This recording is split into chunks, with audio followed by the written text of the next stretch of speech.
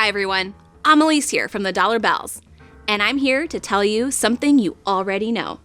You need an emergency savings fund. Thanks for joining me. See you next time. Kidding. I know it's easier said than done, but take it one step at a time, and eventually you'll have a nice little nest egg built up for when life throws a curveball your way.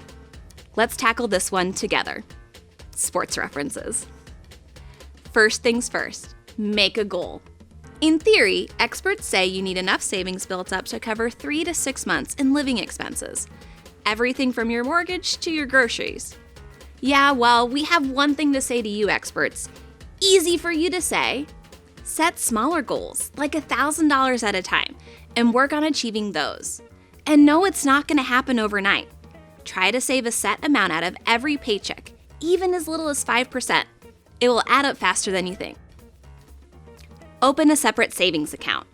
Savings accounts can be used for many reasons: vacations, holiday shopping, down payments on cars, or other large purchases. This account should be separate from other accounts and be easily accessible with no withdrawal fees. Pay yourself. That means put your money in your savings first before you do anything else with your paycheck. Set up an automatic payroll deduction, and like a squirrel saving nuts for winter, you won't even miss it. Make Windfalls work for you. When you get a tax return, a bonus, a refund, or another form of unexpected money, be smart. You don't need to blow it all on that yodeling on vinyl box set and a purse that's totally a knockoff, but very convincing. I realize that I got oddly specific, but those are just random examples. Yep, just random examples.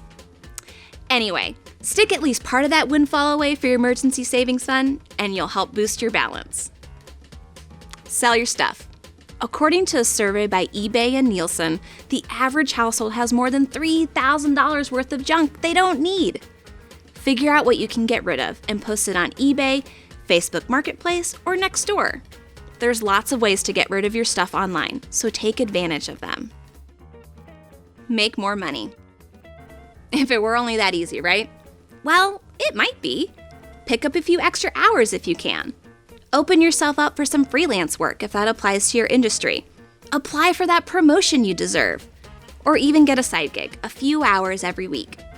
Making even a little extra cash can make a big difference in how fast you achieve your goal.